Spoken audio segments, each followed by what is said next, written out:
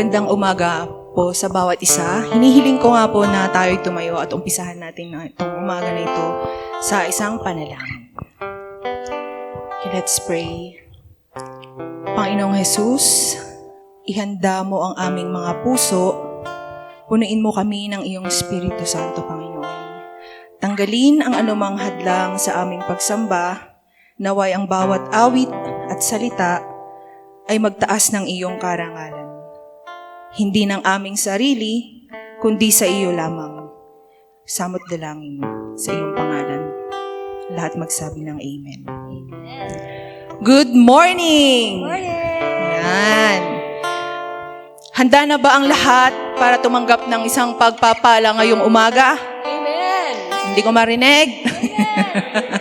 Isa pa, handa na ba ang lahat na tumanggap ng isang pagpapala ngayong umaga? Amen. Tunay nga ang napakabuti ng Diyos sa atin, di ba? Amen! Amen. Kaya sabi sa awit 95 verses 1 and 2, halina, magsiawit tayo ng masaya sa Panginoon. Masaya po ba tayo ngayon? Amen! Ayan, magpuri tayo ng malakas sa ating manunubos.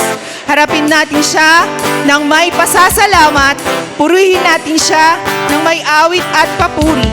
So bago natin ialay ang ating mga awitin, sana'y magsilbi itong buhos ng ating kaluluwa at kagalakan sa harap ni Jesus.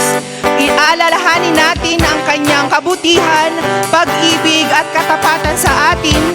Hayaan natin ang bawat titik at himig ay magsilbing bulong ng pagsamba mula sa ating puso. So sabay-sabay tayong magpuri at sumamba sa kanyang kadakilan. Amen! Amen! Let's go!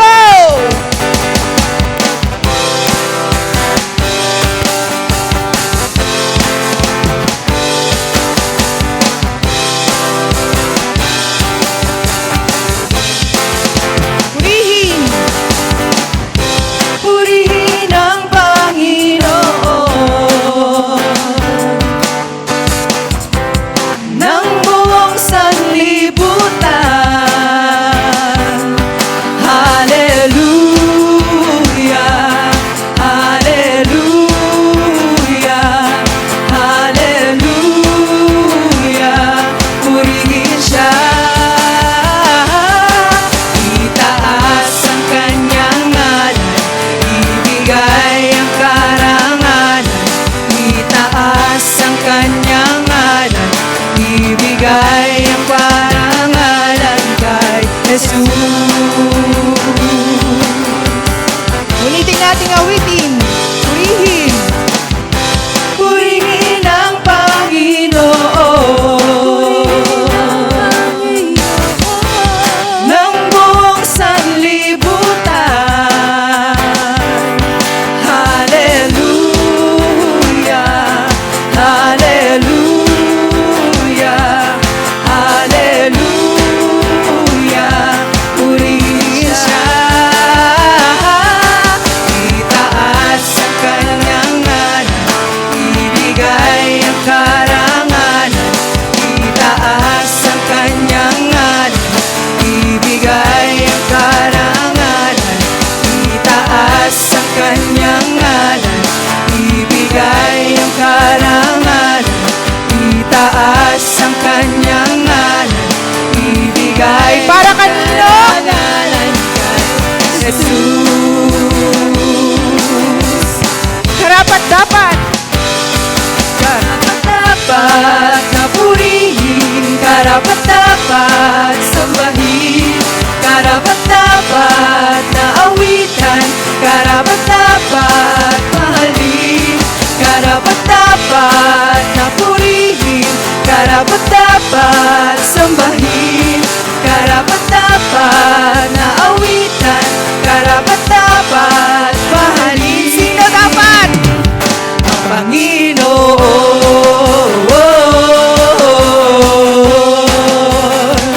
Ang Panginoon.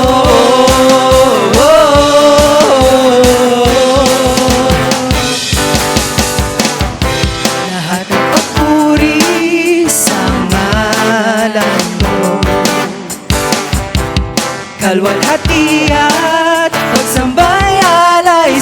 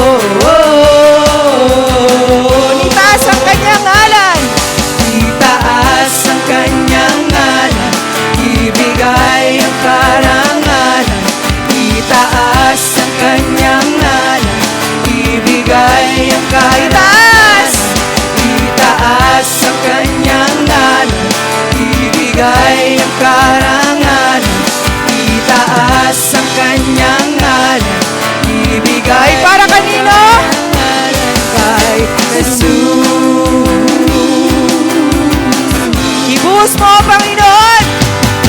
Ibuhos mo, ibuhos mo, ibuhos mo ang iyong Espiritu. Ibuhos mo, ibuhos mo, ibuhos mo ang iyong Espiritu. Aming Diyos,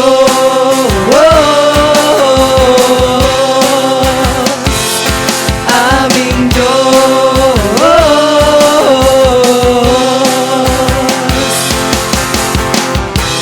ating pahahawakan ang iyong iniwang pangako na iyong ipagkakaloob, banal na Espiritu, sa lahat ng tao. Sabay-sabay nating awitin! Ibuhos mo, ibuhos mo, ibuhos mo ang iyong Espiritu. Ibuhos mo, ibuhos mo, ibuhos mo ang iyong Espiritu. Aming Diyos, aming Diyos. Ulitin natin muli.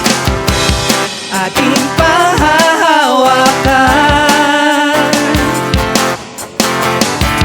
ang iyong iniwang pangako na iyong ipagkakaloob, banal na Espiritu, sa lahat ng tao. Ibuhos mo, ibuhos mo, ibuhos mo ang iyong Espiritu. Ibuhos mo, ibuhos mo, ibuhos mo ang iyong Espiritu. Aming Diyos,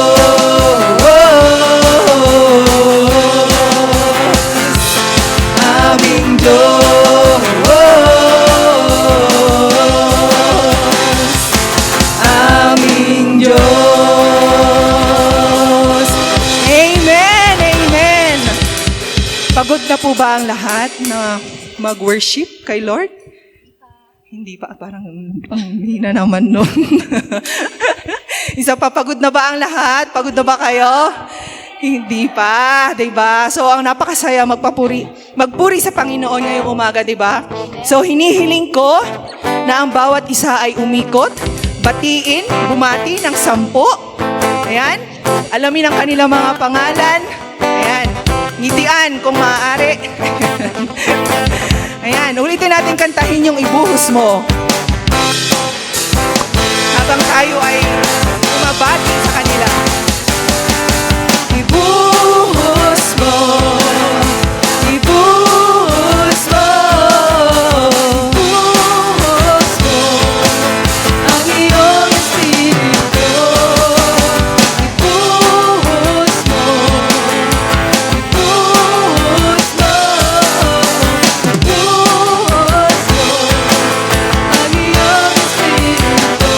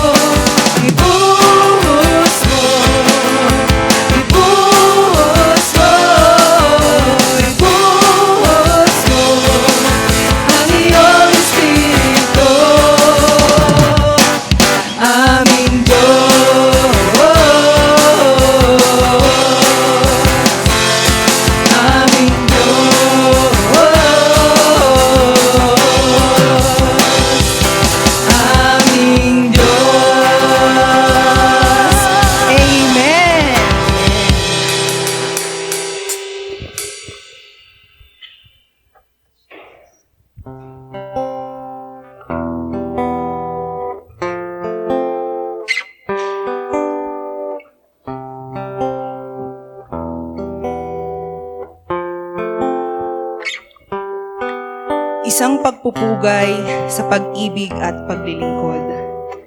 Sabi sa Deuteronomy 7:9, alalahanin na ang Panginoon mong Diyos ay tapat na Diyos. Nagpapakita ng walang hanggang pag-ibig sa mga umiibig at sumusunod sa Kanya. Kapag sinabi nating Diyos ka sa amin, hindi ito simpleng pagbibigay ng titulo, kundi pagkilala sa dakilang pag-ibig at sakripisyo ng isang taong nagbibigay ligtas sa ating buhay. Sa bawat pagdamay sa ating pagsubok, sa bawat pag-akay sa ating mga pagkakamali, sa bawat pag-aaruga ng walang kapalit, ipinapakita mo ang mukha ng Diyos. Bakit ka nga naging Diyos sa amin?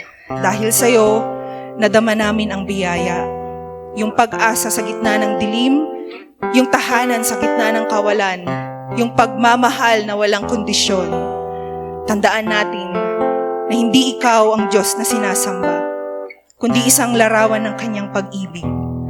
Sa bawat salamat, sa bawat mahal kita, alalahanin ang tunay na papuri ay para sa may kapal, na gumabay sa iyo upang maging liwanag sa iba. Kaya sa awiting ito, pasalamatan natin siya ng buong puso. Salamat sa pagiging Diyos. Sa mga sandaling kailangan ka namin, ngunit higit sa lahat, salamat sa iyo, O Diyos, dahil ginamit Kanyang bendisyon sa amin.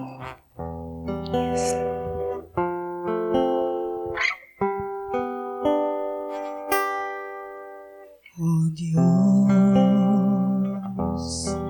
Ikaw ang tunay na dakila sa mundo. Ikaw ang haring nagmahal ng tulad ko. Ginawa mong lahat, pag-ibig mo ay tapat at wagas.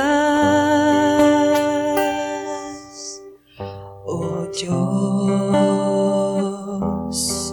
wala nang papantay sa kabutihan mo. Ang ngalan mo itataas sa buhay ko. Sundin ang loob mo, iparinig ang nais mo. Ulitin natin sa lahat. Sa lahat ng panahon, Diyos ka sa amin. Sa lahat ng oras, nariyan para sa amin. Panginoong Jesus, purihin ka. Dakilain ka sa buhay ko, aming Ama.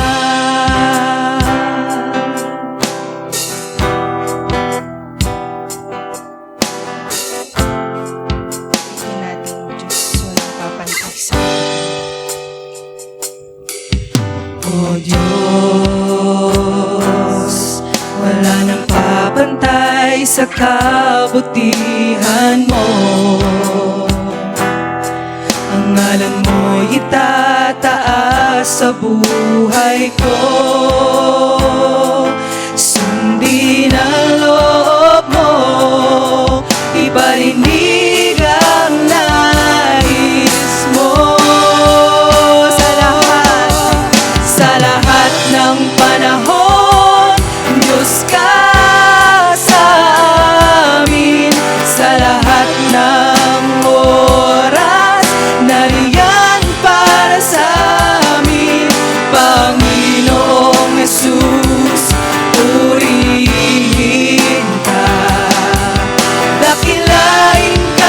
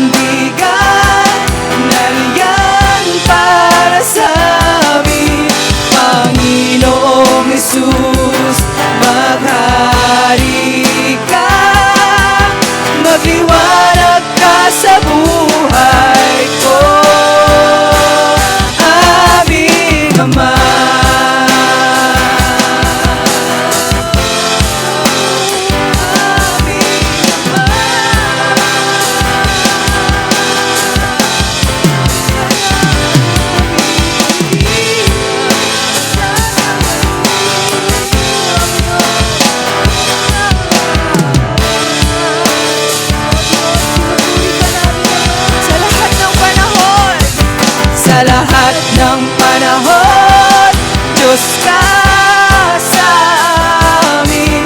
Sa lahat ng oras, nariyan para sa amin. Panginoong Jesus, purihin ka, dakilain ka sa buhay ko. Pinagbabago, Diyos ka sa amin. Tanging sandigan, nariyan para sa amin. Panginoong Jesus, maghari ka, magliwanag ka sa buhay ko. Magliwanag ka sa buhay ko. Magliwanag ka sa buhay ko. Ikaw ang tunay na Diyos. Ikaw ang tunay na Diyos. Ika'y walang katulad. Ika'y nag-iisa.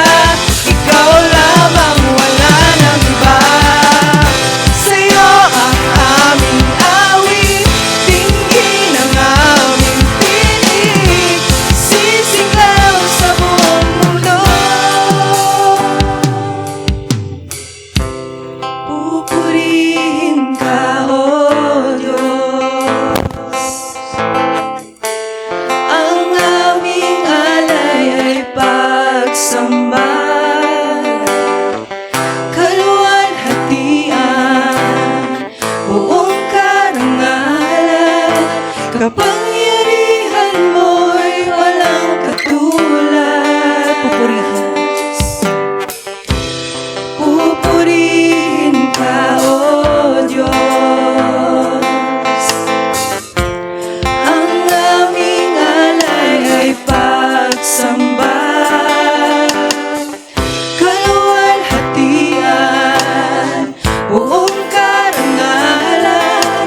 Kapangyarihan mo'y walang katulad. Ikaw ang tunay na Diyos. Ikaw ang tunay na Diyos. Ika'y walang katulad. Ika'y nag-iisa. Ikaw lamang, wala nang iba. Sa'yo ang aming awit, dinggin ang aming tinig, sisigaw sa buong mundo. Ikaw ang tunay na Diyos. Ikaw ang tunay na Diyos. Ika'y walang katulad. Ika'y nag-iisa. Ikaw lamang, wala nang iba. Sa'yo ang aming awit, dinggin ang aming tinig, sisigaw sa buong mundo. Ikaw ang tunay na Diyos. Ika'y walang katulad. Ika'y nag-iisa. Ikaw lamang, wala nang iba. Sa'yo ang aming awit, dinggin ang aming tinig, isisigaw sa buong mundo. Isisigaw sa buong mundo. Isisigaw sa buong mundo. Kadakilaan mo.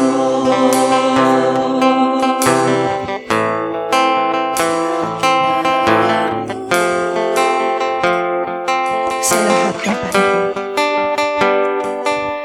Sa lahat ng panahon, Diyos ka sa amin. Sa lahat ng oras, nariyan para sa amin. Panginoong Jesus, purihin ka, dakilain ka sa buhay ko. Di nagbabago. Di nagbabago, Diyos ka sa amin. Tanging sandigan, nariyan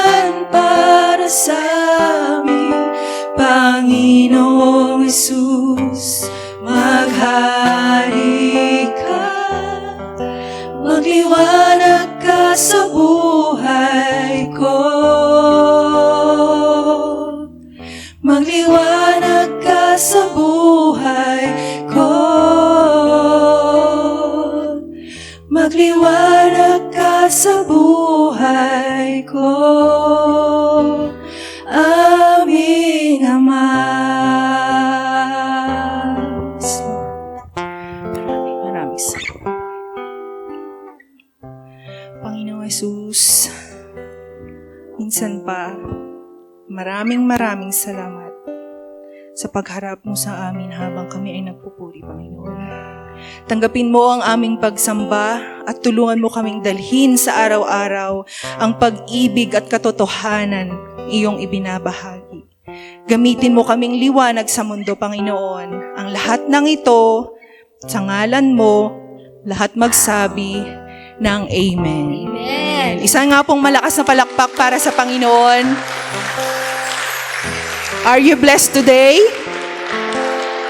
Hindi ko marinig. Are you blessed today? Amen and amen. Pwede na po tayo umupo. Ayan, magandang umaga sa inyo lahat. Ayan, di ba, alam ko medyo sa inyo, stretch nyo pa yung muscles nyo. Parang hindi pa umaga. Kasi inisip nyo bukas, Monday na naman, trabaho. But there's an encouragement I read a while ago. Sabi niya, darating yung araw, Kuya Albert, darating yung araw na hindi mo na kailangang gumising ng maaga para magtrabaho. Wow. Kasi tanggal ka na. Diba? So, ayan, just to put a smile on your face. So, good morning. And so, allow me to start by saying this. Because of technology, dahil sa teknolohiya, we live in a world that is so connected with one another. We live in a point in history na pagtingin mo, ito yung proper time na halos lahat can be connected to one another. But because of this, we also live in a world that's super distracted. Sobra-sobra yung distractions. Notification can get your attention in a split second. Yung tipong andito ka sa service, gusto mong makinig, tas biglang may notification, ting! Di ba the temptation to just look at it, tapos yung looking at it lang for a couple of seconds becomes minutes, becomes an hour. Sinagot mo na, nakipagtawanan ka na, the next thing na notice mo, tapos na yung service. We're not only distracted by notifications, but also opportunities tends to pull our loyalty. We trade comfort and convenience for calling. Diba, we're also on fire to serve Jesus. Then all of a sudden, your love for the Lord becomes replaced to putting money in your pocket. Okay na sa'yo yan eh. Okay na yung opportunities that you traded it off for your calling. Dati, you would want to help win the world for Jesus. Diba yung mga phrases, pag bago kang Kristiyano, kabi, sino bang pwede kong evangelize? Sino bang pwede kong i-meet dyan? Ano bang pwede kong gawin, pastor? The whole day andito ka. Pero ngayon, working, alam mo yung kontento na kayo? Kontento kayo, hintayin na lang yung kinsenas tsaka katapusan. Habol na lang natin pera na ilalagay sa ating mga bulsa. We let pressure pull the peace inside our hearts. Distractions, our series for the whole month of June is not just delay. Tandaan niyo yan. Distractions are not just delay, but they are danger. Ibig sabihin, it is a warning to every one of us. It doesn't just steal your time, but rather it steals your focus, it steals your fire, and it steals your future. That's why it's so deadly. We think that a couple of seconds na biglang namalikmata, na walang attention natin, okay lang eh. But little do we know that it will steal unti-unti eh. Your focus at first, tapos next one, the fire inside your hearts, tapos hindi mo namamalayan eh, it steals your purpose or your future. Ito yung reminder sa atin ngayon, that every time God wants to do something good through you, there's a passion, there's a need that the Lord is telling you to do, the enemy also tries to do something to you. Diba, it comes hand in hand eh. And this is one of the favorite weapons of the enemy. It's not distraction with a U, but it's distraction with an A distraction. It's meant to pull your attention away from God. Because at the end of the day, if the devil can't destroy you, he'll keep you busy. Dun palang panalo na siya eh. You know why if he keeps you busy? He'll keep you busy, he'll keep you bitter, he'll keep you bothered. Yun yung aim niya eh. At pag yun nagawa niya, mission accomplished. You know why? He wants you to start, but he doesn't want you to finish. And this is what we'll be looking into for the whole month of June. In order for us to get to know what distracts me today and how can I keep my focus on the Lord. Amen? Let's end in a word of prayer. Sabi, may pagkain pa ako. I have dito, wala akong mahanap eh. Wala akong mahanap sa bahay. They're called noise-canceling headphones or headsets. To those in the call center, di ba, it's a need. Need nyo magkaroon ng noise-canceling headset. Bakit? Do you ever wonder ba't kailangan nyo? Bakit nauso yung noise-canceling? Kami noon, wala eh. Di ba, ordinary headphones can serve its purpose because yung gamit lang sa amin is to transmit sound from your phone, from a gadget towards your ears. Yun lang yung gamit ng headphones noon. But they invented a term called noise-canceling headphones or headsets. Now, these headphones has only one main job, to cancel the noise so that you can focus on the one thing that matters, the voice of the one speaking to you. Yun yung gamit ng noise-canceling. Noise-canceling cancels the noise. I want you to put that inside your head. Hindi ko sinabing it stop the noise. Ibig sabihin, nangyayari pa yung noise around, but it tends to stop it from entering your ears. It stops it from getting in. And there's a person in the Bible that wore spiritual noise-canceling headsets. Di ba? Parang weird, no? Noon pala meron ng ganun eh. His name is Nehemiah, wherein there were rumors, there were lies, there were distractions that kept coming his way. But he refused to let them or let these things interrupt his assignment. Para sa kanya, he was too focused on the task. Maniwala ka, you can't stop distractions from showing up. You can't. But you can choose to shut them out. Darating at darating ang mga distraction yan eh. But it is your choice. If you're seated here, kung makikinig ka ba sa katabi mo, kung magpapaabala ka sa naririnig mo na tunog, it's up to you. But let us be reminded by this person by the name of Nehemiah, who wore those noise-canceling headset, spiritual noise-canceling headset, in order for him to focus on the Lord. Because when your calling gets loud, your focus should get louder. Dapat mas dead on ka sa pinapagawa ni Lord sa buhay mo. Cancel the noise. Sabi nga kay Nehemiah, build the wall and finish the work. This Sunday's message is entitled, Too Fast, Too Focused. Diba? Parang yung pelikula lang ni Vin Diesel. Too fast, too focused. We live in a world that glorifies speed. Diba yun yung name of the game eh. Kung mabilis ka magtrabaho, mabilis mong gawin. But what if you only had speed? Alam mo mangyayari yun? In a car, speed without focus leads to accidents. Leads you to crashing your vehicle. Importante yung dalawang bagay, hindi lang bilis, pero yung proper focus towards where you are heading.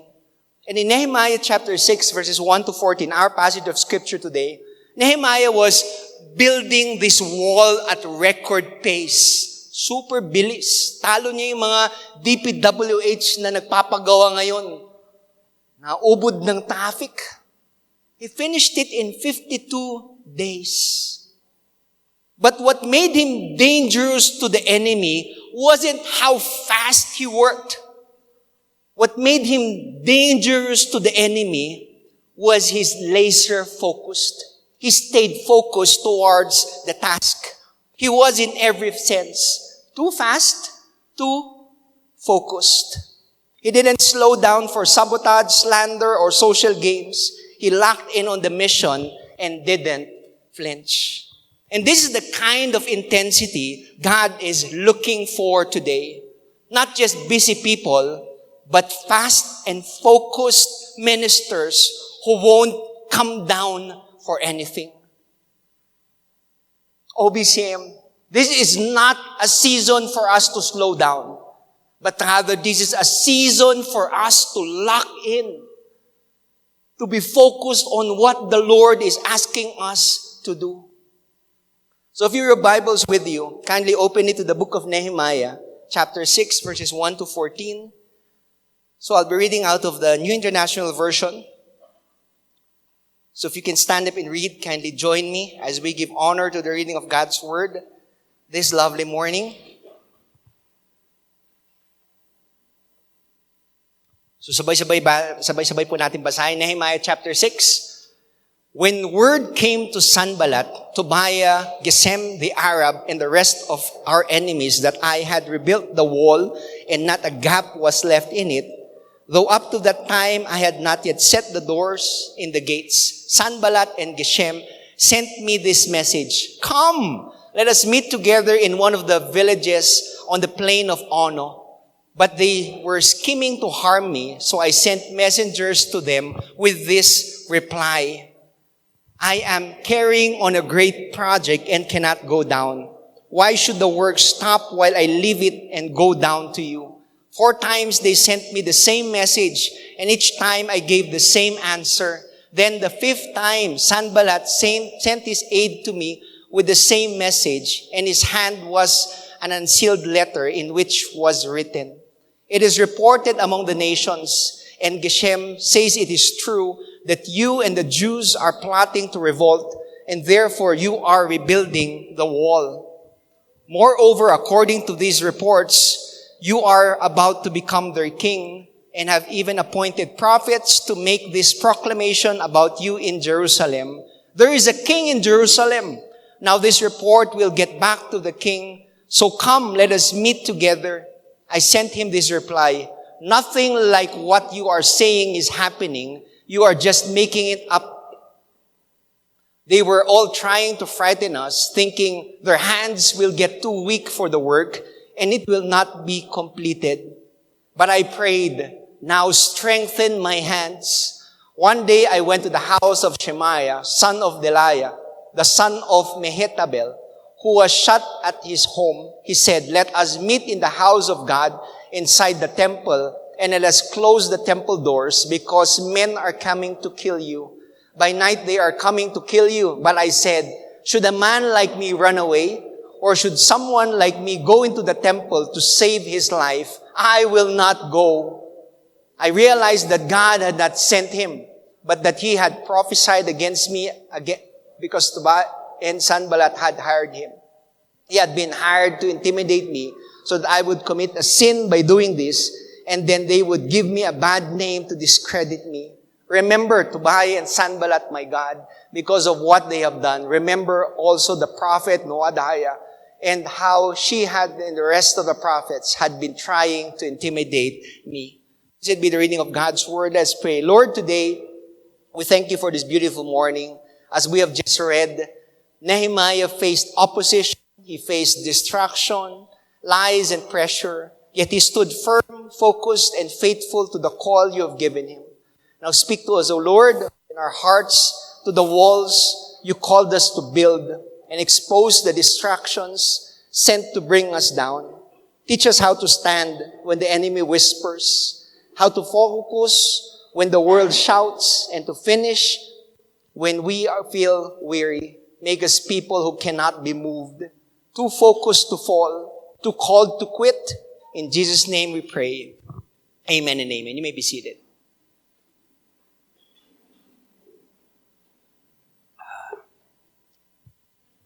So before we dig deeper into God's Word, who is this person? Sino ba itong si Nehemiah? Di ba? If you've heard the name first time, Nehemiah is not a prophet. Diba? Sad to say, hindi po siya propeta, hindi po siya pari, he's not a priest, he's not even a king, he's not even a warrior.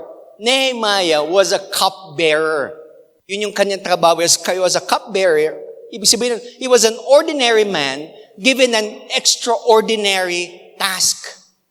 When you heard about the walls of Jerusalem being destroyed, di ba parang, kasi pag sira yung isang pader, isipin, they're exposed.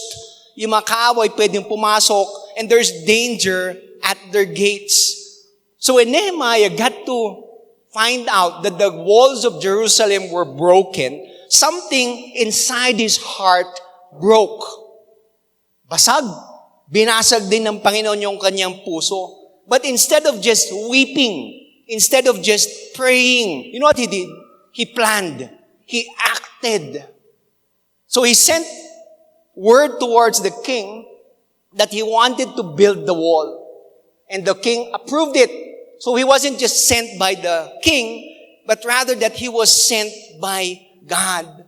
So Nehemiah returned to Jerusalem to rebuild the walls, to protect the people, and to honor the name of the Lord. So imagine, I mentioned a while ago, in 52 days, less than 2 months, pader yung kanyang ginawa. Ganun kabilis, ganun kagaling. Despite opposition, despite distraction, despite threat, the wall was finished. Not because it was easy, but because Nehemiah was unshakable. He was too focused on the task. Nehemiah didn't just build a wall. He restored a people's purpose. He shows us what happens when faith meets focus. And when we refuse to come down from the work that God called us to finish. 14 verses, ang haba eh. But as we look deeper into God's Word, my prayer is that we get the same focus that the Lord gave to Nehemiah. Going back to the task, going back to the assignment, going back to the calling that the Lord has gave inside your heart. I want you to focus yet again on the task and pray, Lord, I want the same focus that you gave to Nehemiah. So as we dig deeper into God's Word, allow me to just share to you along the way 3 phrases para mas lalo natin maintindihan yung salita ng Diyos. So first phrase is this phrase, too focused to fall. Too focused to fall for fake detours. Nehemiah was a man too focused to fall. He identified, fake detour yan. He had the proper discernment and got to know na that's not the path that I have to walk to. Being too focused means having spiritual discernment.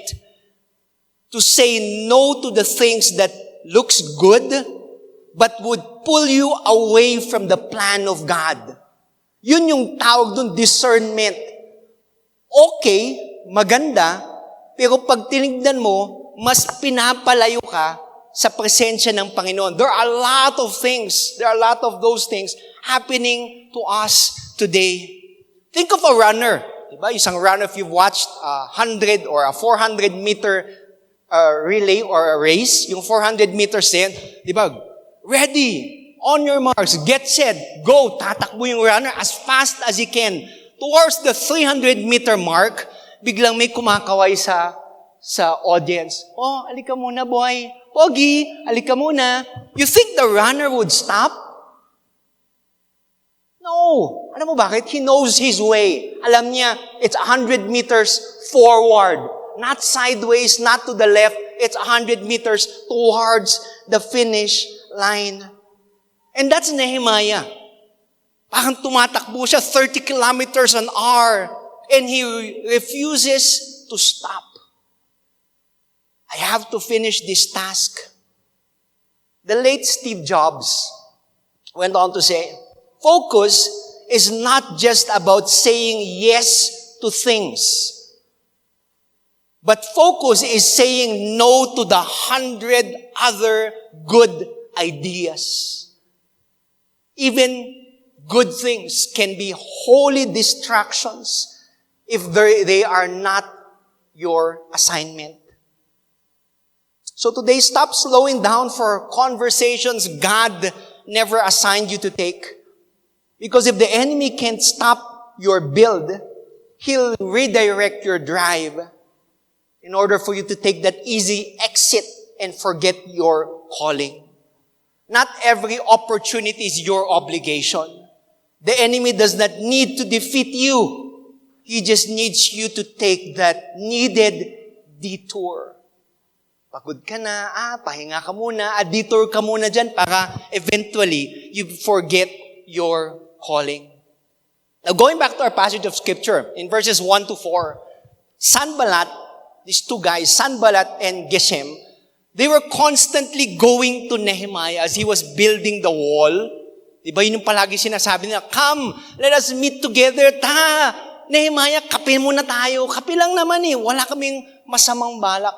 Yan ang sa tingin mo. Diba? Yung trending na ngayon sa social media, yung siguro sinasabi nila Sanballat at Geshem, stop na kasi. Diba? Stop na. Yun yung sinasabi palagi nila kay Nehemiah, but Nehemiah was too focused on the task. Bigyan mo, 4 times dito, girly, paulit-ulit, usap lang tayo, mabilis lang to, 2 minutes. Subukan mo yung ganun. Napapunta ka na ng church, as hindi 5 minutes, dito ka muna, manood muna tayo. Tapusin muna yung labada, distractions. Then you would find out na wala ka na sa church. Hindi ka na wala sa church, nag-fail ka na mag-connect throughout even the week. But Nehemiah had this focus 4 times. Bigyan mo, once pa nga lang, twice pa nga lang, makulit na But 4 times, sinabi sa kanya. Nehemiah was so dead on when he said, I am carrying a great project and I cannot go down. Yung strategy ng dalawa, mukhang okay at the onset. Pero pag tingnan mo, their plan was evil. They wanted the wall not to be built. Very strong. Very focused si Nehemiah. When he wanted to end and say, why should the work stop when I leave it and go down to you? Hindi titigil yung gawain dahil ayaw mo. And that's how focused Nehemiah was towards finishing the wall. The enemy wants to distract us. I remember Mati growing up. Siguro mga 1 or 2 years old siya. So if you have babies, siguro 1 to 2 years old, di ba minsan habang nagko-crawl sila o naglalakad sila all around the house, biglang dumadampot sila ng mga bagay-bagay na hindi dapat nila paglaruan. Like, biglang namalik mata mo, nakita namin si Mati may hawak ng ballpen. Di ba, alam mo, sabihin mo, wow, future architect. Di ba, sasabihin mo, oh, deadly weapon Kakaiba baka anong mangyayari sa bata pag hawak niya yung ballpen na yan. And as a parent, di ba yung gagawin mo ba? Hahablutin mo yung ballpen na yan. Alam mo, pag hinablot mo yung ballpen, ang gagawin ng bata? Iiyak yun. Di ba, iiyak, sisigaw. And you know what we do? Typically what we do, we get a toy. Di ba, we get a toy, lalapit tayo sa bata. Kung lalaroin natin yung toy, tapos ipapakita natin na, maganda yung toy ko, gusto mo? Tapos when we get the baby or when I get Matty distracted with the toy that I have, I get what's on his hand. Easy. Diba? Yun yung gawain natin. Hindi ko alam kung ginagawa niyan o lalabas ba kayong baril, bitawan mo na yan. Yun ba yung ginagawa niyo sa mga anak niyo? Kami ganun ginagawa namin. We try to distract the kid. Whether it be, lalabas ka ng candy, gusto mo ng candy, pag kinaya niya yung candy, kukunin mo na yung deadly weapon na yun. But that's what we do. And the enemy and Satan still uses this same scheme until today. You know that one thing that you hold in your heart that really matters? You know that calling that the Lord has given inside your heart? You know what the enemy would do? He would go near you. He would bring out something shiny, something you think that was valuable, and offer it to you. Uy, hawakan mo to. Sige na, ito lang naman saglit lang. Then when you place your focus on it, he grabs the passion, the fire inside of your heart. Hindi mo namamalayan, nag-e-enjoy kayo sa isang bagay na parang wala namang saysay. And the same scheme that we use, the enemy uses until today. Satan loves to distract us. He sees us laboring on God's mission. He sees us making disciples who makes disciples. He sees us spreading the gospel. And he doesn't want all those things. So he comes over to distract us with various activities. It can be your mobile phones. It can be one more additional hour watching in Netflix. It can be the latest Korean novela. It can be the latest fad. Nasasabihin mo, 30 minutes lang naman. Di mo namamalayan yung 30 minutes, naging 3 hours, then the whole day has been wasted. Yun yung gamit, yun yung ginagawa ng kaaway ngayon. You have to know the different things that you do from your hobbies, from your projects, from your forms of entertainment. And think about those things. These aren't bad things. Hindi ko sinasabing masama manood ng TV. Hindi ko sinasabing masama maglaro ng games. Hindi ko sinasabing masama yung mga bagay na yun eh. But what the enemy does is he gets your attention until these things becomes problematic and we get too absorbed in doing these things that we neglect the one thing that God asked us to do. Not all invitations are divine opportunities. Some are interruptions. Yun yung gusto ng kaaway. Kalabitin ka lang ng saglit, tumingin ka, wala na. But as we look at Nehemiah, he was focused. He was too focused. Ito magandang phrase. If it's not part of the mission, it's part of the distraction. Napaka-simple, no? If it's not part of the mission, it's part of the distraction. Think about how many hours do you spend watching TV? Ilang hours? Pastor, kami hindi. Tinitiis ko kasi wala kaming TV. Hindi ko ba, siguro 3 hours a day? Is that much? 3 hours a day? Pero in 3 hours a day na yon, that could have been 3 hours doing God's work. How many hours do you spend playing on your mobile phones? 1 hour? 2 hours? 3 hours? Na dapat ginagamit nyo sa pag-aaral na lang o sa pagtatrabaho. Those are distractions. Those aren't your mission field. Di ba? Those are distractions. To the young professionals today, your career will offer you a lot of detours. Take it from me. It might be a better paying job, a higher position. Pag tingin mo, they would offer you different benefits, rice benefit. Ano pa gusto niyo? 15, di lang 15 na VLSL, 30. You just have to work 3 days a week. Di ba yung mga, wow, grabe, mag-resign na lang ako. Too good to be true. There are jobs na ganun. Pero alam mo yung kapalit? It would rob you of your purpose. It will pull you away from God's calling in your life. Yun yung gamit nun. Those are detours. Diba sa mga youth ngayon, just because it's trending, it doesn't mean it's worth your attention. Latest song, latest dance move. Diba, hindi papunuhin ko lang saglit. Next time, hindi mo lang pinapanood. Saglit, oras na. Next time, minimemorize mo na yung dance step. Hindi mo na mamalay. Isang buong araw, hindi ka na naman nakapag-aral just because you just wanted to know what's the latest in. Ano the simple question? Hindi simple eh. It's simple, pero it's so difficult. Is this thing, kung mag-assess ka ng buhay ko, is this thing, whether it be your work, your hobby, or something that you do, pulling me away from God's calling in my life? Is it pulling me away from a wall that the Lord wants me to rebuild? So it's so important nowadays to guard your heart, but not only guard your heart, but also guard your schedule. Guard your schedule.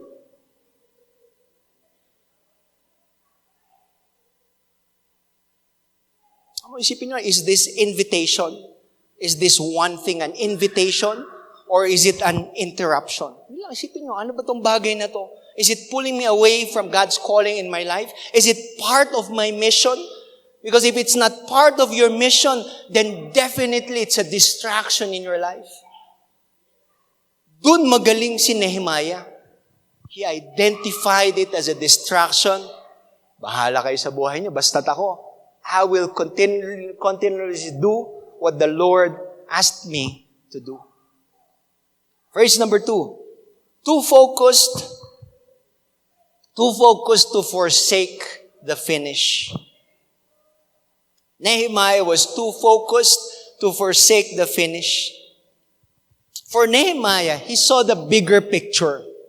Yun yung kadalasan hindi natin nakikita, the bigger picture. We want immediate results. Pagdating sa trabaho, alam mo yung pinipicture natin? The bigger salary pagdating ng kinsenas. We don't look at the long term, the toll on our health, yung hila niya papunta sa, yung time na mawawala sa family. We want immediate results. Yun yung gusto natin. We don't see the bigger picture. Nehemiah saw the bigger picture. It wasn't just about rebuilding the walls. It was about God's legacy on Jerusalem. It wasn't just building bricks. He was building God's name. Yun yung bigger picture pagdating kay Nehemiah. That's why for him, he had to finish.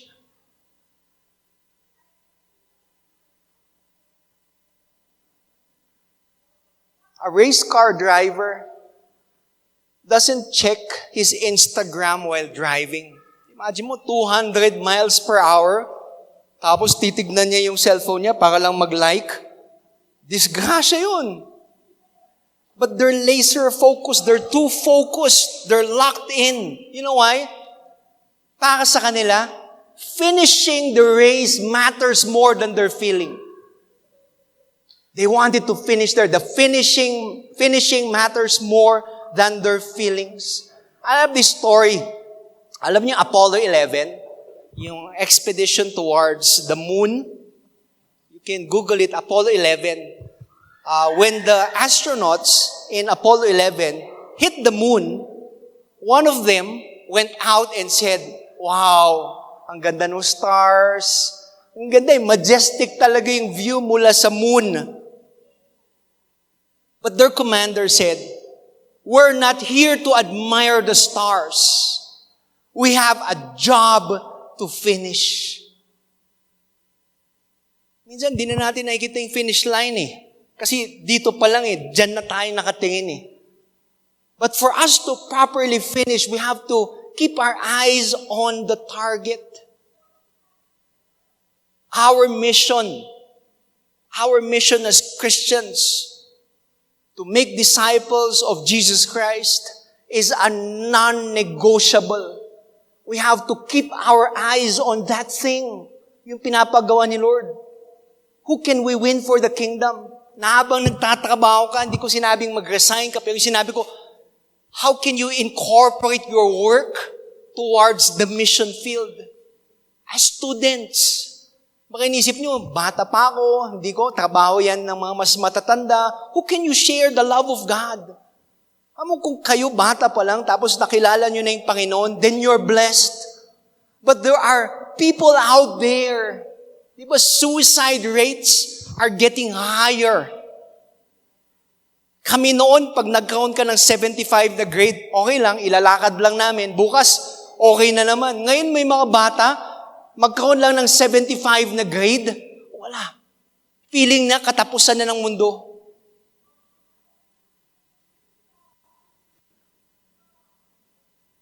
And we have to be focused towards our goal.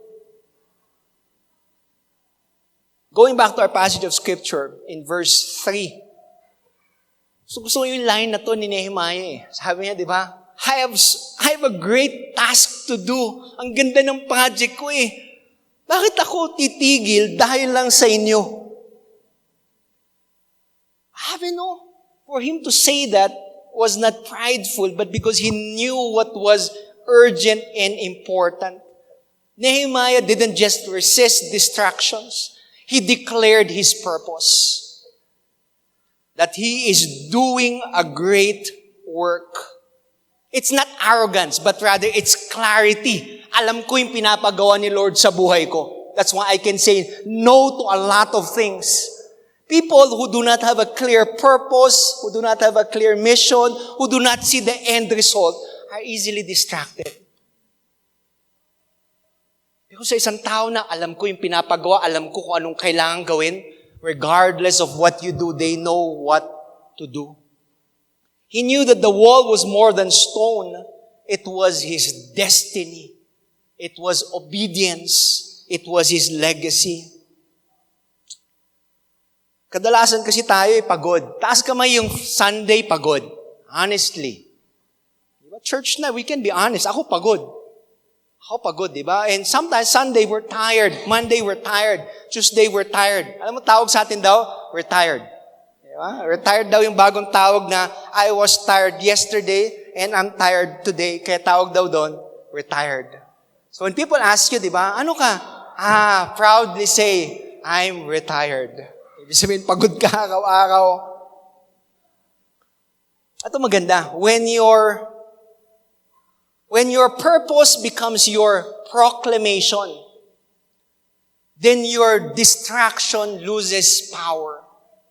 If you can truly say that I am doing a great thing, then you will not be distracted. If you're laser focused on that one thing, hindi ako pwedeng magpaabala. I can continuously declare my purpose. Maniniwala kayo. Then your distraction, those little things that you entertain, would begin to go away. Di ba, pag solid ka na, I have to finish school. Hindi lang finish school with flying colors. Summa cum laude, magna cum laude. May mag-ayat, milk tea naman tayo. Alam mo na makakatulong ba yan sa goal ko? Oo. Hindi. Makakatulong ba yan sa goal ko? Pag-isipan, tignan natin. Then it becomes clearer.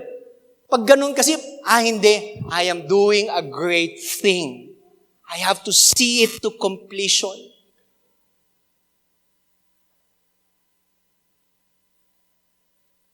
Mga kapatid, winners finish, builders don't bail, and called people complete.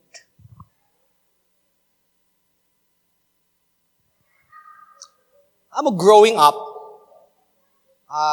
starting a ministry. If there's one thing that I did at the start was to declare my non-negotiables. And that's a challenge for everyone that's seated here today and even watching today's video feed. Declare your non-negotiables. Know where the line stands. Ibig sabihin, hindi mo sasabihin na, I will, tignan nga natin, pag andyan na yung babae, pag-isipan ko kung mag-engage ba ako sa premarital sex o hindi. Will I be a fornicator or not? Ibig sabihin, habang hindi pa dumarating yun, declare it. Know your non-negotiables. Ibig sabihin nun, I won't be found in the same room alone with a woman. That's a non-negotiable. Para pagdating nung time, hindi na darating yung time na yun. It's properly setting those borders so you know that you can reach the finish line. Yun yung properly setting your non-negotiable, not only towards your calling, but regarding your character, towards your commitment. It should be a non-negotiable. Mga non-negotiables, hindi ako tatanggap ng work pagtatama sa Sunday. Because Sunday for me is sacred. That's a non-negotiable. And if you make that your non-negotiable, God respects those things. Maniwala kayo, He would fix your schedule in ways you will not imagine. But it starts there. Dapat mula din hindi mo sasabihin, tatanggap ka ng work muna, tapos, tignan natin, mataas naman sweldo, pwede, magta-tights naman ako. Non-negotiable.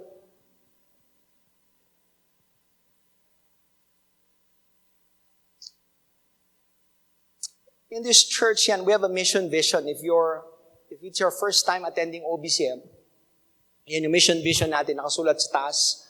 And before you enter, you can look at it, you can take a screenshot, you can try to memorize it. And that's what we encourage. Because if you attend church at OBCM, that's how we operate. That's how we operate. We love God faithfully. We live each day relationally. And we reach others intentionally. Yun yung key phrases doon. We love God, yes. We do our devotions, yes. Because we want to remain faithful towards God's calling towards us. We live each day relationally. That's why before the service starts, pati pagkanta, there's a portion that we go around, we say hello. People say hello, kahit di mo siya kilala. Oy, bakit? Because we want one day in the future, you yourself would be going around and saying hello to new people. That's who we are. We want to win more people for the Lord. Not only win them, but disciple them to become disciples of Jesus Christ that makes disciples. Alam mo bakit very important na i-memorize dan? Because when I get distracted, I go back to the vision. I recite it in my head. I recite it in my heart na parang hindi ako mawala. That's how I keep myself on track.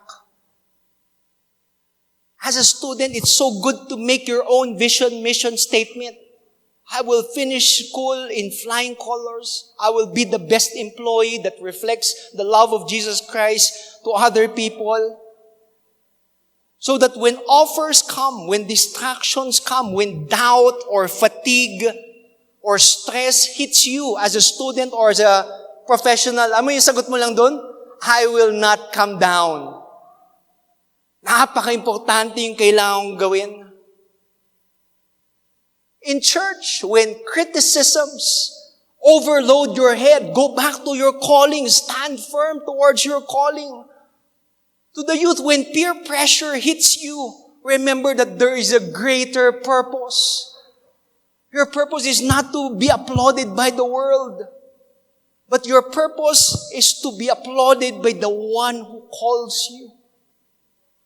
Declare it every day that you are doing a great work and that I cannot come down. You cannot come down to drama. You cannot come down to distractions. You cannot come down to deception. What has God placed in your hands today? Your studies. Students today, finish your studies. That is God's purpose in your life. Your business, your health, you will see yourself finishing it. To the many people who are fast at starting, but slow in finishing, be different. Choose to finish the race that God has called you. Lastly, Nehemiah was too focused to fear false reports. Nehemiah was too focused to fear false reports. Alam niyo yung pinakamalaking kasinungalingan ngayon in today's time, in today's, ngayon, napapanahon, in today's season. Alam mo yung pinakamalaking kasinungalingan? Yung tipong, uy, jogging naman tayo, 6 a.m. bukas. Di ba, Maya? 6 a.m., di ba? Tapos, umuulan yata, pagtingin mo, ang lakas ng araw, di ba? Hindi nalaban yung jogging pants ko. Kung anong dahilan. O kaya, pwede rin sasabihin nila, yung bago daw ngayon, Kevin, taka-gym. Di ba? Dami magyayaya sa'yo, taka-gym. Ano yung gym daw nila? Gym bilog. Gym bilog. Yung nasa kanto kayo, yung binubuhat nyo bote, hindi bakal. Gym bilog. But anyway, don't let gossip slow you down. Don't let critics control your clutch. Be too focused to explain yourself to people God did not assign them towards your calling. During World War II, there was this guy by the name of Winston Churchill. He was viciously slandered in the press, and when asked why he didn't respond, he said this line, "If I stopped to throw stones at every dog barking, I'd never reach my destination." He knew the noise was a weapon, but he kept his eyes on the goal. And it's the same true with Nehemiah. There's one word para kay Nehemiah, para sa akin, he was unbothered.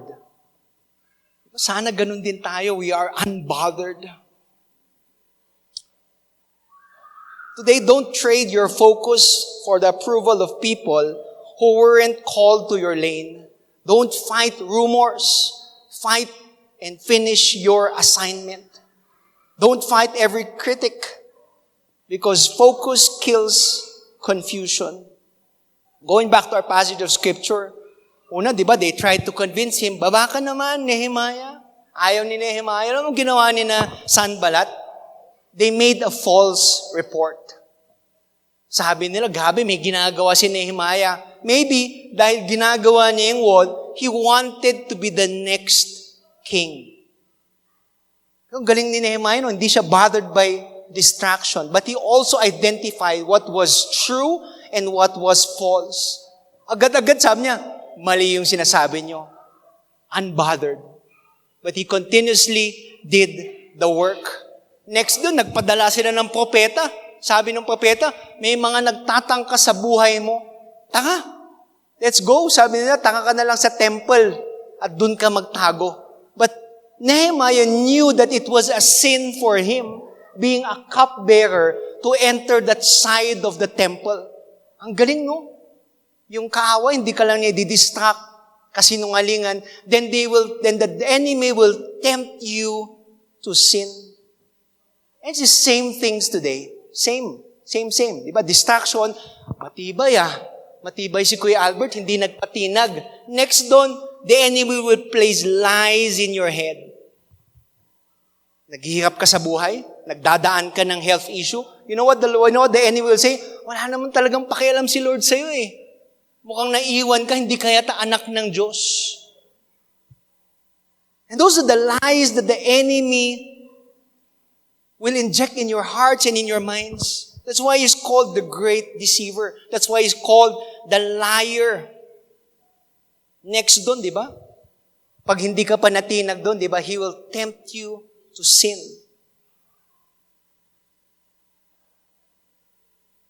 Ano maganda doon? Nehemiah, nung sabi, taka magtago ka lang sa temple, at least ligtas yung buhay mo. There's nothing wrong. Pero it was all the more wrong. Alam mo why? The enemy was asking Nehemiah to do something he wasn't supposed to do. He was supposed to build the wall, hindi para magtago. You know the story about David and Bathsheba? You know, di ba? Yung sabi na, nagkasala si David when he glanced towards Bathsheba taking a bath. Pero hindi yun yung una ng kasalanan. Alam mo yung una ng kasalanan? He did not do something that the Lord called him to do. He was caught doing something else. I'm going back. I love it so much when the Lord reveals scripture. Hanapin ko lang.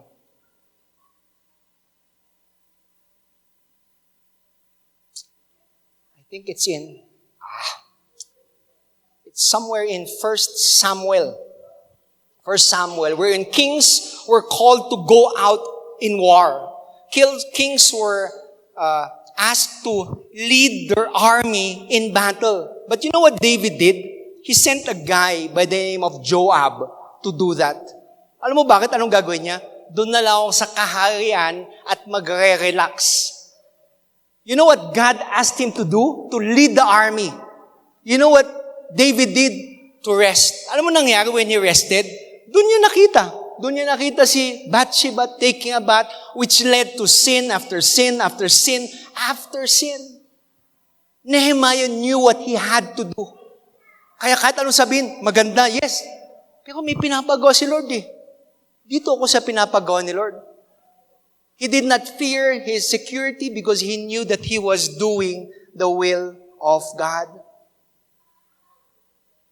So when they couldn't lure Nehemiah, when they tried to discredit his name, tapos hindi rin nangyari, when they tried to dismantle his confidence, and everything happened to Nehemiah, you know what Nehemiah just said? Lord, now strengthen my hands.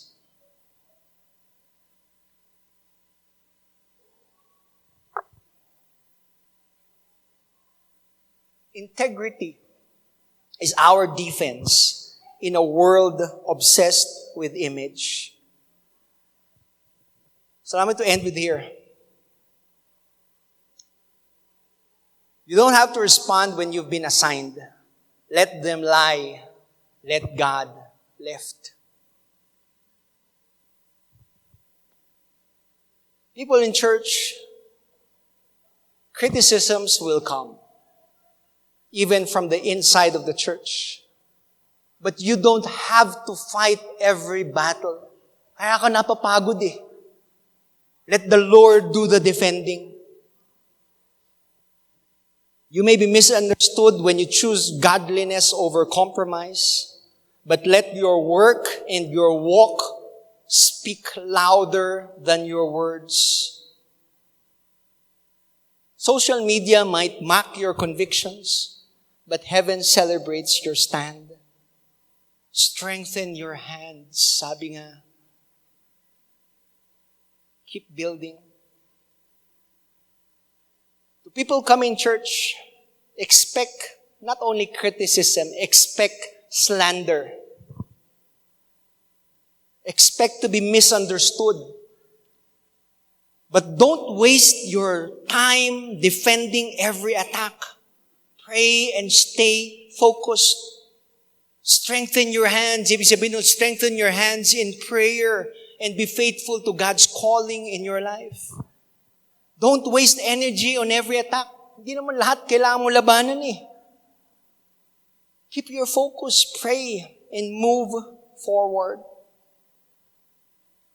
So lastly, let me leave you with Philippians chapter 3, verses 3 to 14 that says, Brethren, I count not myself to have apprehended, but this one thing I do, forgetting those things which are behind and reaching forth unto those things which are before, I press towards the mark for the prize of the high calling of God in Christ Jesus.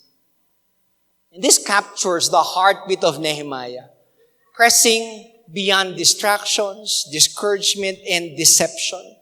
Kumbaga, it's a perfect ending to our title, Too Fast, Too Furious, Too Focused. Sabi, parang ayaw niyo na, pagod na. Both Paul and Nehemiah refused to be distracted. Paul says, this one thing I do. He forgets what is behind and strains towards what is ahead. Their message is clear. Both Paul and Nehemiah, it's clear. Keep your eyes on the goal. Press forward with purpose and finish what God called you to build. About the whole message, I was distracted. Kasi kanina lang, habang tinitignan ko yung slides before the service, I missed a slide, yung last slide. Hindi ko maalala eh. So I'm too old. I asked Lael, pero she was already doing the PowerPoint. Kasi sabi ko, ano na yung last line ko? I can't remember. I mean, yung pressure of the world. Tapos tinitignan mo, patapos na yung worship and everything. Habang dinidiscuss, I was even trying to remember, ano yung last line ko? Yung last ender. I don't know kung tama lang, pero sabi ko, distractions are not only a waste of your time, but distractions are also a delay in your destiny. Looking at this whole passage of Scripture and trying to tie it all up together, siguro nagtataka kayo, bakit may helmet? Diba? I placed it there, talaga sabi ko kay Maya, lagyan mo ng helmet para ma-distract sila.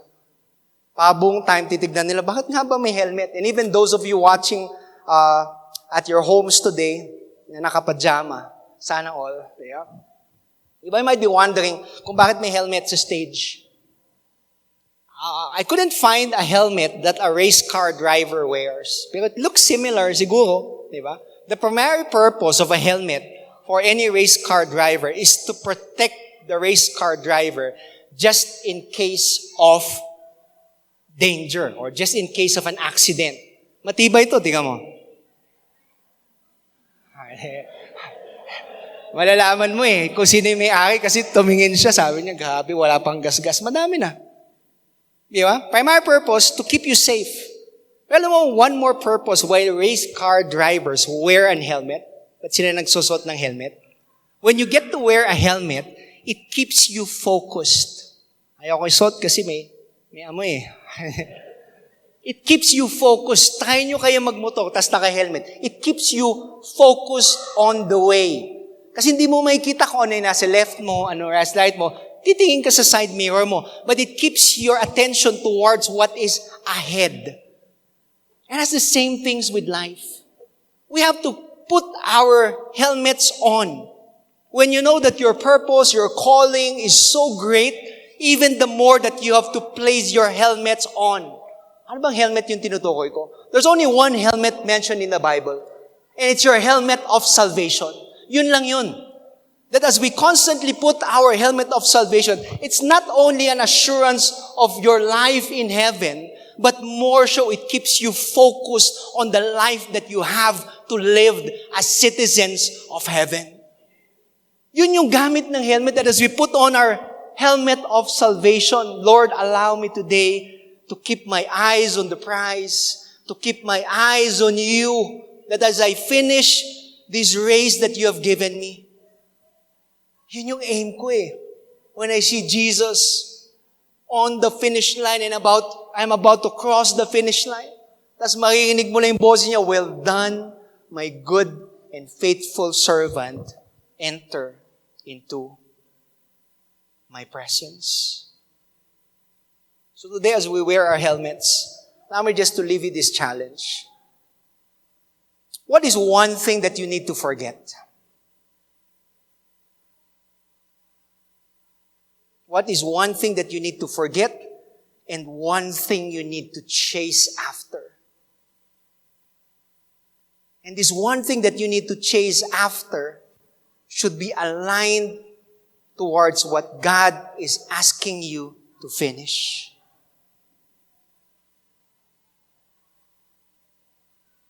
But as we look upon those things, dami sigurong bagay na kailangan nating kalimutan.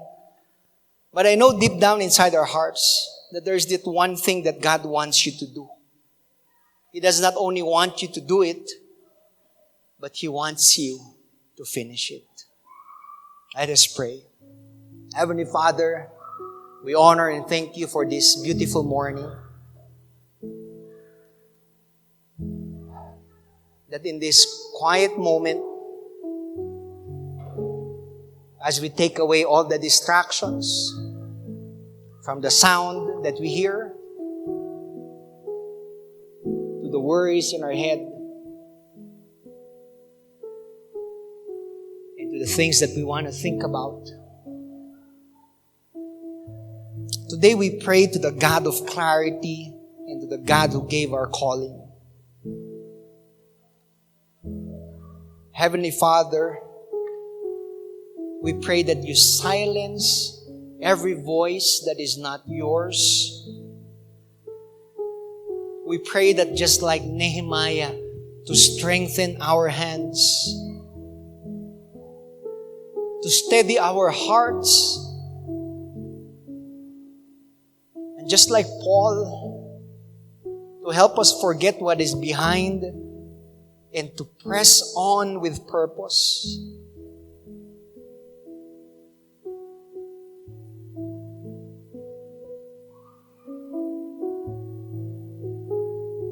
Father, today we declare that we are focused.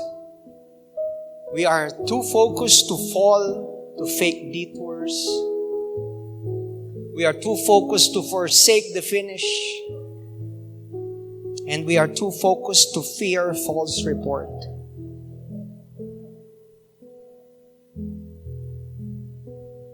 This morning, fill our hearts with that fresh fire to finish what you have started in us.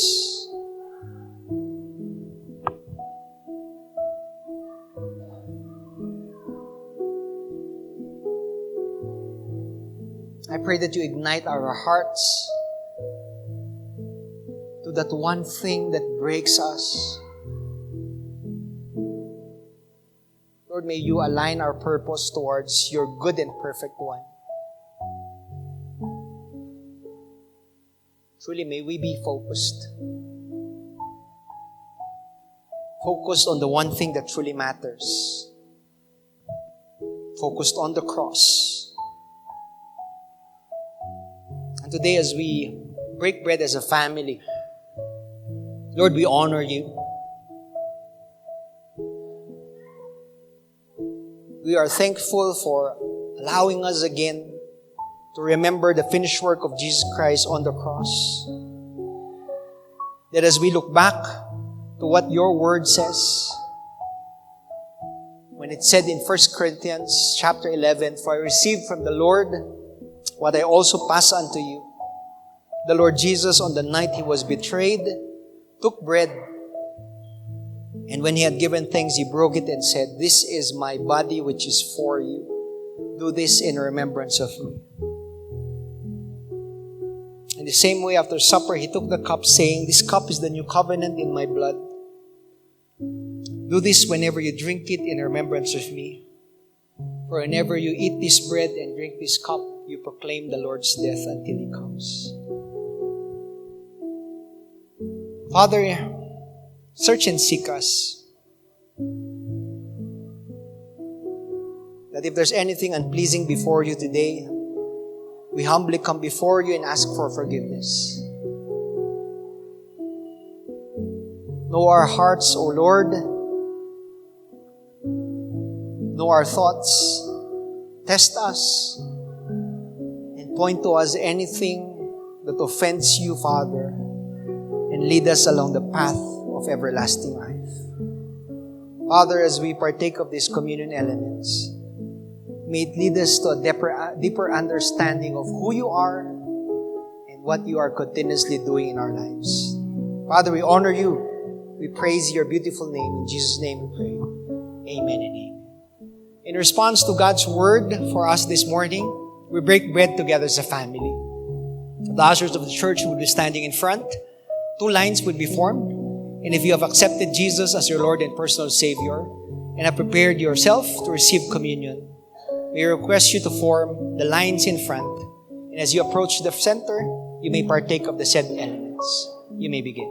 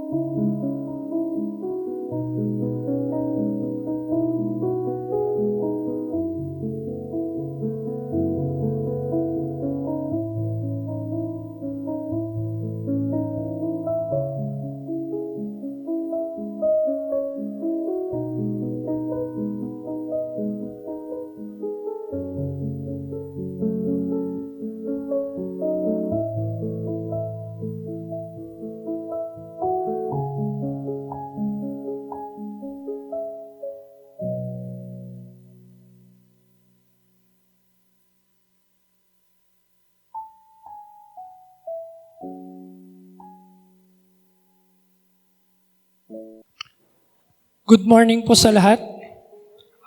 Today, I hope na yung giving natin hindi din distraction in life. But let us see giving like the farmers. Sino dito yung lumaki sa probinsya? Yung mga nagtatanim, nakita natin yung paano magtanim yung mga farmers natin. And yung mga plantito at plantita, nauso yun nung pandemic, right? Kasi syempre walang ginagawa, nasa bahay, getting busy on planting. One thing na very important when we plant is the seed. Yung seed na yun. And if you put one seed, tinanim mo, diniligan, what do you expect?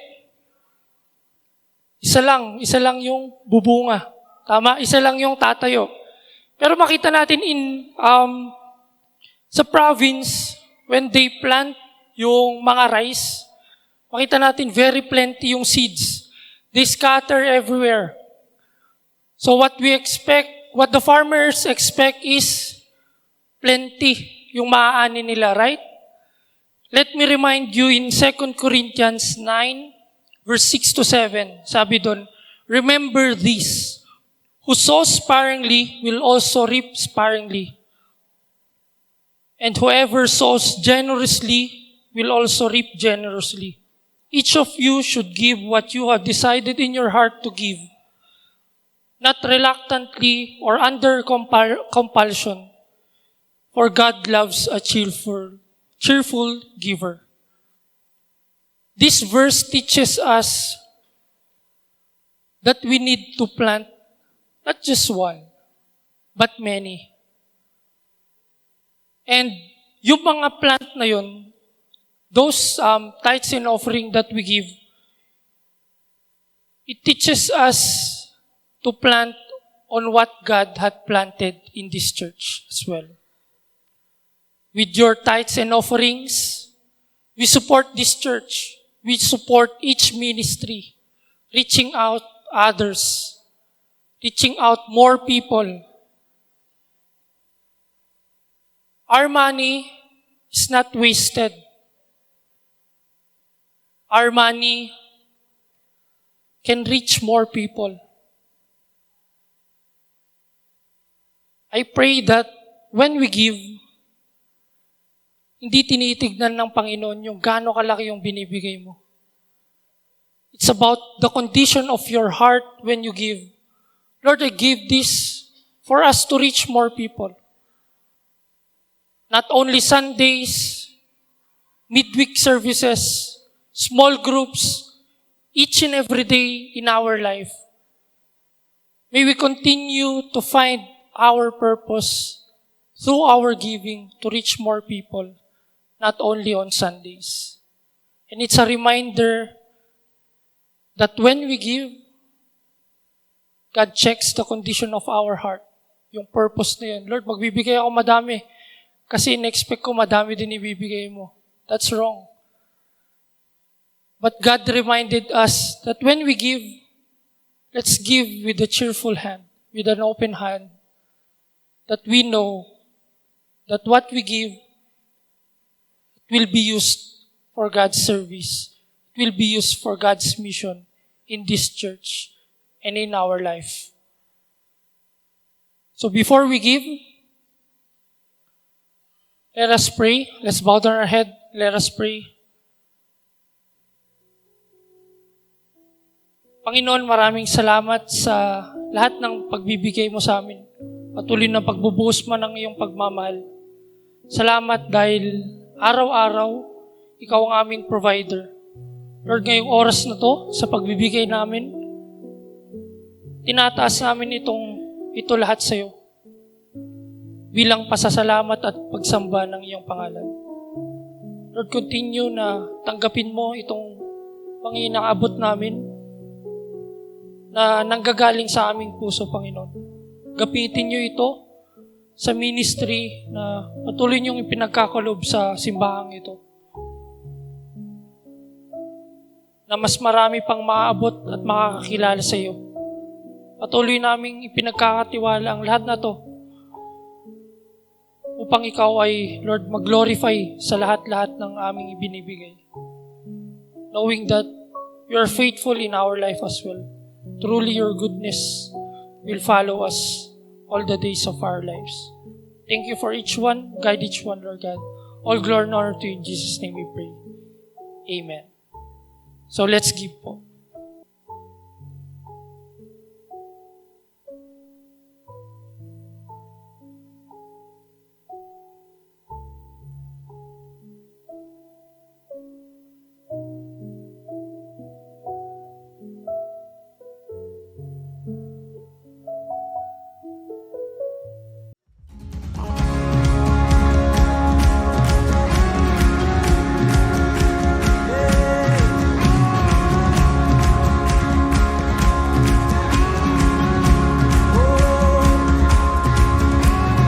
Wandering into the night, wanting a place to hide this weary soul,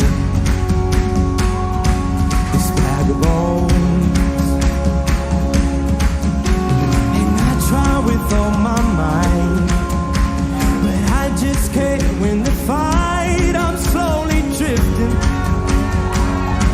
a vagabond. And just when I ran on the road, I met a man I didn't know, and he told me that I was not alone. He picked me up, he turned me around, he placed my feet on solid ground. I thank the Master, I thank the Savior, because he healed my heart, he changed my name, forever free. I'm not the same. I thank the Master, I thank the Savior, I thank God.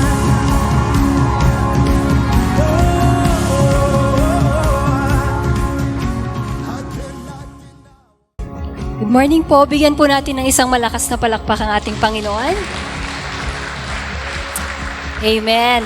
Sabi mo naman sa katabi mo, I'm so blessed that you're here today. So before we go, let me give you the details of what we saw in our video for all our activities these coming days. So every Wednesday po, meron po tayong prayer gathering dito sa center. So we start at 5:30 and we are all inviting you to join us for a very powerful prayer time of worship and just fellowship. So to all our harvest and small groups, be excited for all our meetups this coming day. So this June 14, yung mga nagbabadminton, andito pa rin.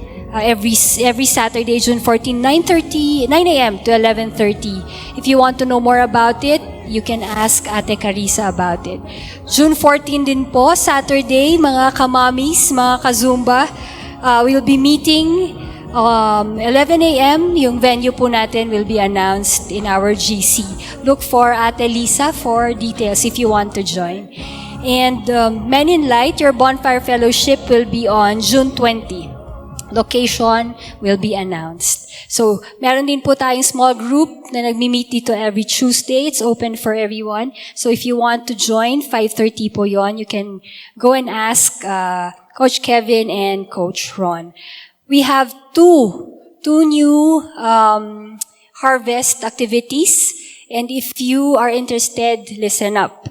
The first one is for all those who are interested to learn how to play the guitar. Every Wednesday from 1 to 4 p.m. dito po, punta po kayo dito sa center. For those who want and interested to learn how to play the guitar, dito po Wednesday 1 to 4 p.m. Look for Kuya EJ. Yan po si Kuya EJ. Yan, or si Kuya Lance. Okay, another one. Meron po tayong every day, we are, yung mga gustong maging healthy, yung magsimulang magkaroon ng health habits sa kanilang life, we are inviting you to join us sa aming walking, jogging, running. Every morning po, we meet po sa John Hay and i-announce kung sa Melvin Jones. 7 a.m. 7 a.m. po sa John Hay. You can approach yung mga nagja-jogging din. Si Kevin, si P. Mike po, if you are interested to join us. Hindi lang po yun fellowship, but we're encouraging everyone to live healthy lives para mas marami pa po tayong magawa sa ating Panginoon. Amen?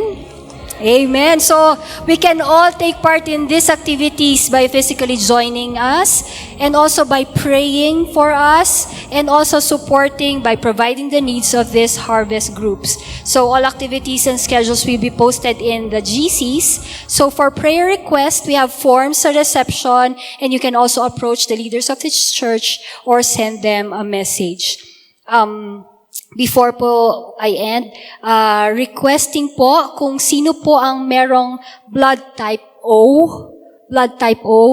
meron pong nangangailangan, please approach P. Mike for the details. Again, stay updated by following One Bit Christian Ministries in the following social media platforms. We have YouTube. So sa YouTube po yung mga services at saka yung mga songs na kinakanta natin every Sunday. Pa-like po, pa-subscribe. We also have Facebook for our devos and announcements and Spotify for audio recordings. Again, subscribe and follow po natin yung ating mga social media platforms. Beyond Sundays, beyond church building, we beat for Jesus every day and everywhere. All right, so let's all stand as we end in a word of prayer.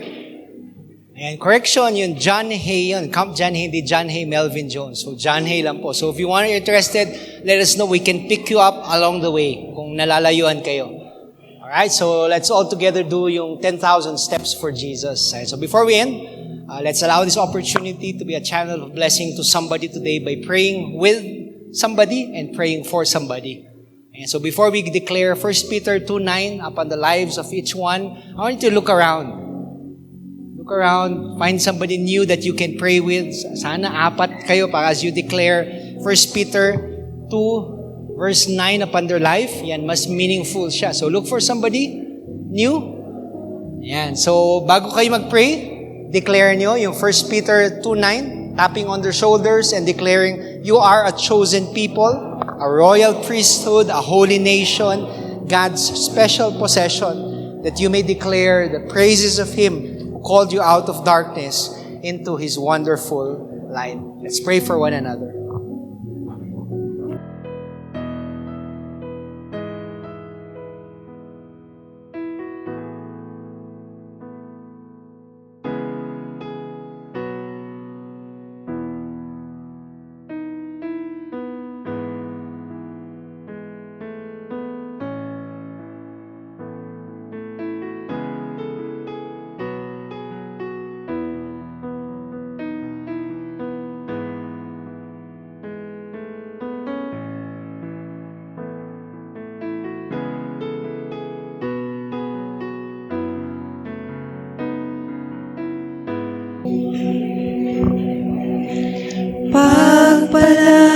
Pagpalain, kalingain,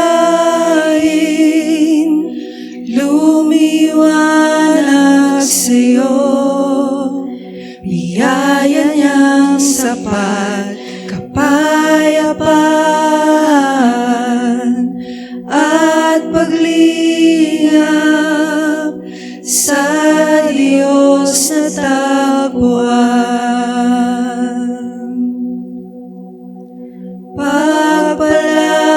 Pagpalain, kalingain,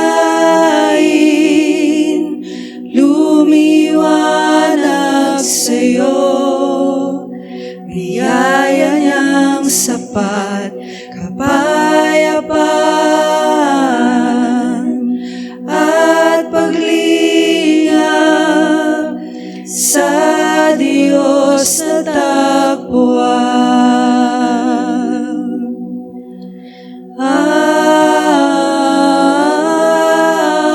Amen. Amen.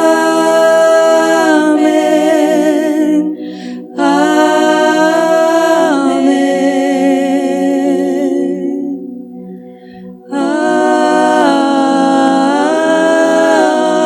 Amen.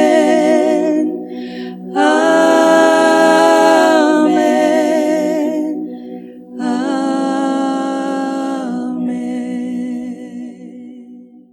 Let us pray. Heavenly Father, we honor and give you thanks. We thank you for today's successful service. And as we live each day towards becoming disciples of Jesus Christ that makes disciples, Lord, may you keep us focused.